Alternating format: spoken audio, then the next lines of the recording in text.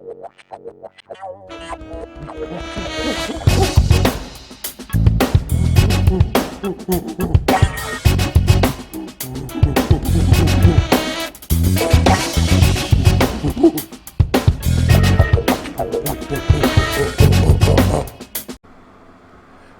Monkeys Wargaming Podcast, where wargaming was easy, it would be your mom.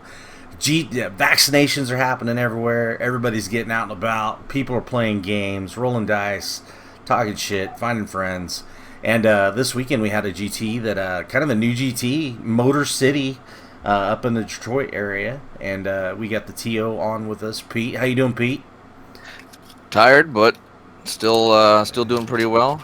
Yeah. Recovering, liver's recovering after 3 days of hard drinking. Yeah, that's how you get through the GT, man. Heavy alcohol and a can-do attitude. So you had a pretty good event up there. I think Jukari came out on top. But first off, tell me what possessed you to want to run a GT? What'd you see? What'd you decide to do? What got you into this? Well, up in my area, I started running small little RTTs probably 3 years ago under a different company name. Right now, me and my business partner, Tom, who's the other TO, do Death or Glory. But he came to one of my events at a local game store, and I basically just used the game store's terrain to run the events. And my buddies started getting in, want to do competitive. We heard about something called ITC, so I was like, all right, I'll organize it. Not a big deal. So Tom comes along, he suggested that we run a GT, and it just exploded from there. We said, we were originally going to run it at the store, but there's no hotels nearby, and it's not a great place for people to come from out of state. So we decided to look around, find a venue, and we scoured the internet for terrain guys and whatever everyone else was doing, getting sponsors. And I just started from a little thing. I wanted to give an environment up here for competitive play to the players, and man, they responded. It's been amazing so far. Amazing community. Yeah, for a first year GT, you had some heavy hitters roll out too, which is kind of dope. Yeah, I kind of reached out to a lot of the Dice Hammer guys came out from California. I kind of when I was looking for players to come, I'm like, who's at the top of the ITC? And what I did is I actually messaged the clubs and said, hey, I've got this event. Here's our terrain, what it looks like. Here's our venue. Here's our sponsors. This is our first year. I understand it's a huge risk for people to fly in, buy a room first year. And then first year major, there's no pedigree there, right? Right. So huge risk for them, but I'm glad they came out, and I think they were happy to come out too. Well, good. Did it meet your expectations? Were there things you thought were going to go well that didn't? Things that you didn't think were going to well that went excellent? What's your takeaways? My idea was to make the terrain and pair it with mats. So you got a themed mat and it looks great. I had an overly complicated setup system, and we got there at 4 p.m. on Thursday, and I didn't get to bed until 2:30 a.m. I was painting our trophies, some of them to patch them up, and one of the trophies broke, and at 1 a.m. and I was just like, what am I doing? This is awful. Why am I doing this? So the setup was probably the most regretful thing, but I streamlined it. Friday I kind of labeled everything like it should have been, so it's a learning experience for us, definitely. Yeah. Well, I run Monkey. I'm one of the guys that runs Flying Monkey, and the first year we felt like we were a mess, and after the first year we're like, okay, we got all these mistakes that we made. Here's what we're not going to do next year. And then we fixed all those things and made new mistakes, and we had to fix the new mistakes. So it's patching everything up. Yeah, it's a living machine. So you're constantly fixing things, oiling gears, get it right. But it sounded like you had a decent game plan, decent head on your shoulders. How'd you assemble a team? Because a major you cannot do by one man alone. No. Like I said, my business partner Tom started Death or Glory. Well, I was still running my old tournament business, Iron Father Wargaming, and I ended up he ended up creating a Discord that exploded. We've got like 400 or 500 people on our Discord right now, and we got three teams or four teams in 3 or 4 different states, and they all helped out. And I had to pull the wife and the mom and the aunt in, and handed them boxes to go put that stuff over there. So it was kind of like all hands on deck for it. Well, good, man. And it's always good when family members step up because they don't have any regrets for not playing, or missing out. No, there's no fear of missing out. They're just there to support you. So that always works out well. Yeah, I mean they have no idea how to play 40K, and but they were here for our event and our success, and I think it's a huge relief to have somebody that's there for you no matter what. You got all the help you can get if you got family. Absolutely. My fiance acted as my DD one year, so that was good. But let's amazing. So you've compiled a little bit of data. What do you want to share with us about the results? What did you see that shocked you, didn't shock you, expected, not expected? Well, I want to ask you, who do you think had the most? What faction? I mean, not even like Space Marines, but I went down to like Salamanders and White Scars. Who do you think had the most players? And who do you think had the highest win percentage? Oh, okay. I hadn't even looked at the list, so this is a completely unbiased answer. What I think would have had the highest win percentage, I'm gonna go with Chaos or Death Guard. Okay. And what was the second question? Most played faction. And I split it up. It's like Blood Angels, like Salamanders. I split it up that far down. So okay, most played faction. So even the supplement books would count as their own faction. Correct. Yeah, Space Wolves, Death Watch. Okay, how about most played faction? Jukari's pretty new still. I'll give you a hint. It's a Xenos faction. Is it really? Let's go Craft Worlds then. Or no, okay. Harlequins. I'm gonna go with Harlequins. You think Harley's was the most played Xenos faction? Nah, I'm going back to Craft Worlds. You got me down in my answer. All right. So, there's only one Harlequins player. Okay. And there are no Craft Worlds players. There's Asarani and Eldari. There were 3 total of those. So, we'll start with this. The Dark Eldar, there were 7 players for that, and their win percentage was 66%. I'm not surprised. The AdMech, they had 5 players at 72% win percentage. Wow. There was only one Harlequins players, and that was Colin McDade out of Texas, and he had 100%. He's a bit of an outlier. Yeah, he's a good player, though. Yeah, amazing guy. Like, I basically talked to him about his Clutch City GT because he came about a month before mine and was trying to how did it go? Like, how were people with COVID and all that stuff? So he's great help. But Chaos had 6 players, 61% win percentage. Okay. Let's go down to Death Guard. Death Guard had 8 players at 53%. Necrons had the most. Necrons had 13 players, and they had just under 51% win percentage. It's not horrible. No, I think they're super easy to paint. I think they. Shout out to my buddy Sean. He got the highest. He was 4-1 was the highest Necrons player. He got it. So, congratulations to him. Now here's the shocker for you. Maybe it's not a shock, but Dark Angels. 5 players with 36% win percentage. Man, that book seems better than that. 36. That right there was the shocking stat. Sisters, 5 players with 64%. Yeah, that I have a feeling the sisters are not gonna be that good after their book, but we'll see.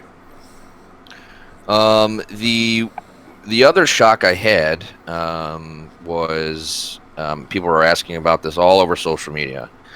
There's a 4-1 Space Wolf player, and they had a 60% win percentage. There's three Space Wolf players. One went 4-1, and then kind of the ultra outlier was the Death Watch, the 4-1 Death Watch player, Jason Signowski. He made it work. So everyone was asking for that list because it's basically a dark horse, came out of nowhere. No one thought that they would be that high up in the standings, so good for him. Well, my main chick, my favorite faction is Space Wolves, so I'm glad to hear somebody's out there representing. I was cheating on them this last weekend. There's only 3 players, but it was pretty. There was each one was 4-1, 3-2, and then unfortunately there was a 1-4 player, but. It was, all the rest were kind of filled out. We had Carcharodon's player, Imperial Knights, one Black Templar player, went 3-2. We had 7 orcs, and they're 41% win percentage. Nice. And everything else was kind of just like little 2 groups of 1, 2s, or 3s. It sounds like a pretty fair breakdown, though. Yeah, I was shocked that there weren't more Dark Eldar, Drukhari, and there were actually less Space Marines than I thought there were. Yeah. A lot less. I think Space Marines are taking their turn in the toilet, so they're not up there with the status of what they once were. I'm an Iron Hands player, so I have 15,000 points of Iron Hands. Okay. So I'm also the admin for the Iron Hands Facebook group.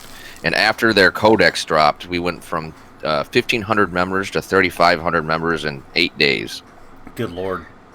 Everyone was like, "That codex is great. Come on down." I think Iron Hands are still pretty playable. There's still a lot of mileage in that book. I'm struggling to decide on whether I want to do. There's a list running around that it's basically an Iron Hands melee list that just explodes on hits and wound, to hits and to wounds, with Vanguard vets, and it looks pretty interesting. But I'm more of a classic Dreadnought heavy armor guy, so I think I'll just be playing Redemptors and my untargetable double Volkite Contemptor. Blech. Well, good. I like the faction breakdown. Who was at the event you thought was contenders?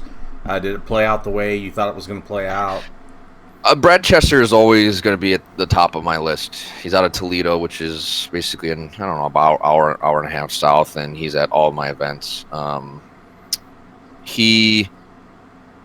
don't think that he.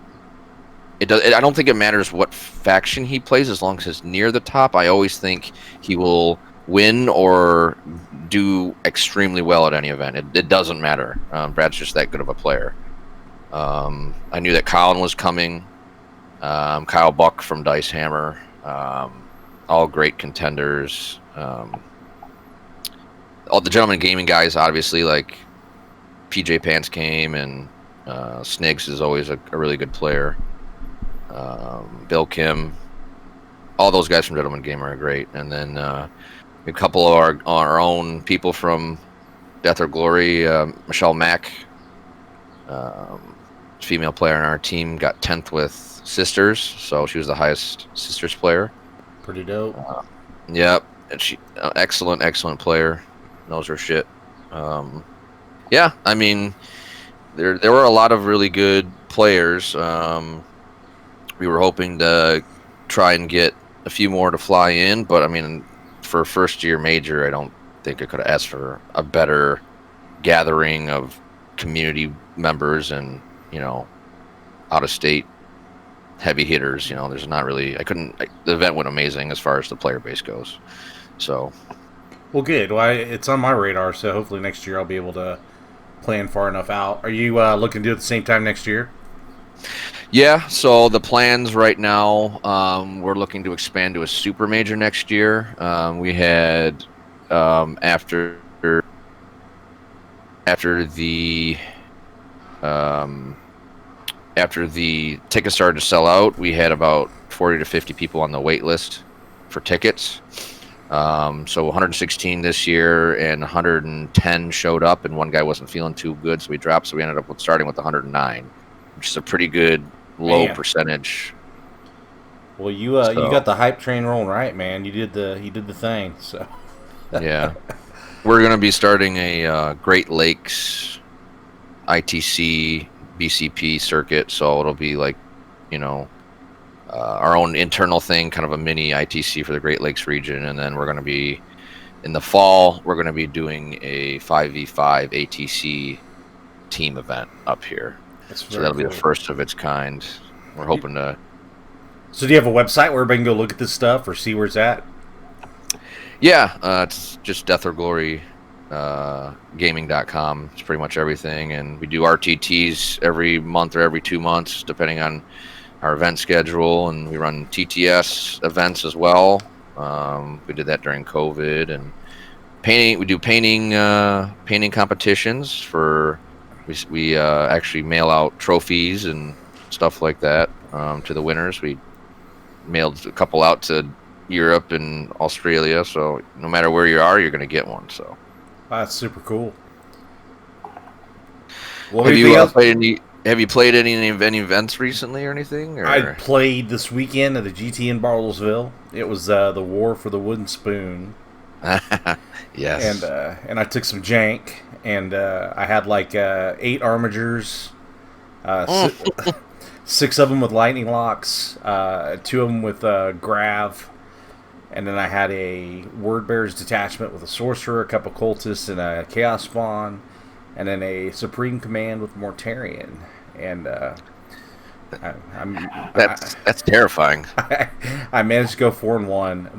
The funny part about it is I was telling all my buddies the night before, like, I don't want knights, because if there were 2 knight lists in there, I was like, I'm going to struggle with T8 armor. I'm just going to have a rough time with it, so I would rather, not face Imperial Knights. And sure shit, round 1, Imperial Knights. And is that what your one loss? That was my one fucking loss. And he went first. Basically, I went to my turn 1 with Mortarion having like 2 wounds left. And it was just, I was already playing off my back heels. But then I went on a tear after that, and I had 4 pretty good games, and managed to sneak into second place.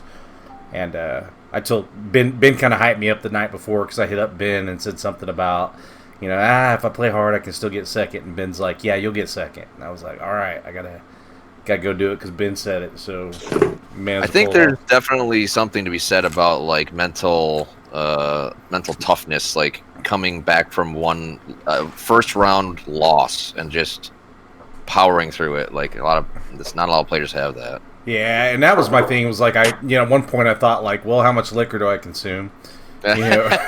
Or do I still think I got a good shot at this? Because I'm looking at the rest of the field and I'm thinking like, I'm just fine against the rest of the field. So let's go do it, and man's pulled off. So I think Ben just popped in, speaking like we summoned him. So say his name 3 times. Yeah, he's like a poof. There he is, Beelzebub. What's happening, Ben? Poop a doop. Nothing. Cleaning the house with the daughter and lost track of time. All good. Yeah. So you got anything to ask of Ben? We've been through some stats, been through some talking about it. I hope Ben hasn't been listening, so I'm gonna get his bet here. Oh yeah, let's do it. I have not been listening. So. Excellent.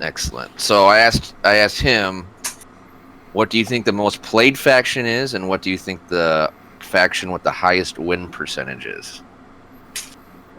Okay, the faction that was probably played the most at Motor City, I'm going to go ahead and say... Now, are we talking supplements too, or... I broke it down, like Salamanders, Iron Hands, White Scars, like everything. Harleys, Space Wolves, Dark Angels, everything. I am going to say Necrons. Okay. And the biggest win percentage, I gotta go with Jakari. Okay. You're 50%. You got Necrons right. 13 out of the field is the largest number. Nice. And the Dark Eldar, the Jakari got 66% win percentage. They were not the highest percentage. The highest percentage was an outlier, but it was Colin McDade's Harleys with 100%. There's only one Harleys player. But the next highest, that's not an outlier, is AdMech with 5 players at 72%. Weird. They're overcosted right now. Good for them. Ironically, Sisters had 5 players at 64%. And here's the shocker that surprised both of us. Dark Angels, 5 players, and the 36% win percentage. You know, that doesn't really shock me. They're so slow, so slow. And it takes the right player to playing them to make them work. I think you're right. They look at that book and you're like, man, that's easy. I can walk up the field. Yeah, but that doesn't mean you can play the mission at the same time. Like, you Yeah, I can know. swing around the rosy pretty easily. But yeah, I mean, it was definitely interesting. So it was like a bummer for me. I wanted to come to that event big time over Spring Up. No offense to my sister GT here in Minnesota. That's actually run by Renegade, which I'm the head judge for 40K for. But the terrain looked fabulous, and well, it's a major. So that was a big drawback for me. But I looked at the pictures, I watched some of the stream. I gotta say the terrain was absolutely gorgeous, and that's like something I envy for my event is having terrain like that. You walk me through the process of like acquiring all that terrain because this is your first year, right? Yeah, so That's insane. insane. We weren't even a company. We had 0 terrain 10 months ago, so we went from nothing to this in 10 months, 11 months. That's crazy. That's crazy. If you guys haven't seen it, on the Motor City Mayham, there's plenty of pictures out there of it. It's gorgeous terrain. If you're a TO, that's what you want out of your terrain. Yeah. It looks good on the stream. It's got good functionality. I was very impressed. There's a couple fun tables that aren't really super competitive, like those crash ships, but they're just too cool not to fucking have at the mid and low tables. You know what I mean? Like, I'm not gonna put it as a stream table, just not competitive. But those are probably one of my favorite ones besides the orc table. Nice. Ben, we should split a room next year, man. All right, I'm down. Yeah, me too. There's a bar directly in the venue, and we're talking with the venue staff to have servers come out to the table, so you don't even have to leave your game to go get a drink. Oh, that's a recipe for a good time. Yeah, they got not for me, but for most. They got an attached barbecue place too, so they bring the food out to you on the floor. So see, now that's where you'll get me. I'll be nice and fat and jolly at the table. If they serve noodles, Ben's down. Oh, I love me some fucking ramen, yo. Yeah. You know that. But yeah, the selection, I think we looked at like 17 venues or something like that, and this was like one of the best ones. It had everything we wanted. The balcony, we could put the stream table up on, separate it, overlooking the players, which is a really nice vantage point. Not only that, but I'm sure it quiets down the stream, so there's less background noise. Yeah, absolutely. We only had 3 tables up there, so you can kind of we can have one judge for the 3 top tables, so you didn't really have to. You only need one judge up there, so it kind of minimized that, so he's not running all over the place. Right. But holy crap, stream setups. Who thought USB cables were that complicated? I learned a lot about data transfer, and apparently you need active USB cables for a stream setup. That thing was I spent a week getting that table together, or the setup together, because I didn't know what I was doing. You know what the fun part about that is? It's like it's lucky you set did a week ahead of time because there are some people I bet would be like, this can't be that bad day of. Yep. I had the forethought to do. This was we set it up in my living room, and to test it out. And we had a 1080 peak top-down camera, and it looked potato quality. It was awful. So we ended up buying a 4K for the event, and I think the 4K worked out really well. Nice. We had for the stream, we had Pablo from FLG, Scary from Scarredcast, and then Trevi from Tactical Tortoise commentating for us. Super dope. Scary's a good dude. I like him. Well, Pablo too. I like all them fools. So that's one thing I think people don't think about when they're looking at doing those events and they want to set up streams. Like even just figuring out if the venue has good internet before you get all the way down that damn road of setting stuff up. Did you have any way of checking that beforehand? Yeah. So we went in with. I took like one of those like trifold ladders, and we plugged in the computer and kind of did a mock setup beforehand.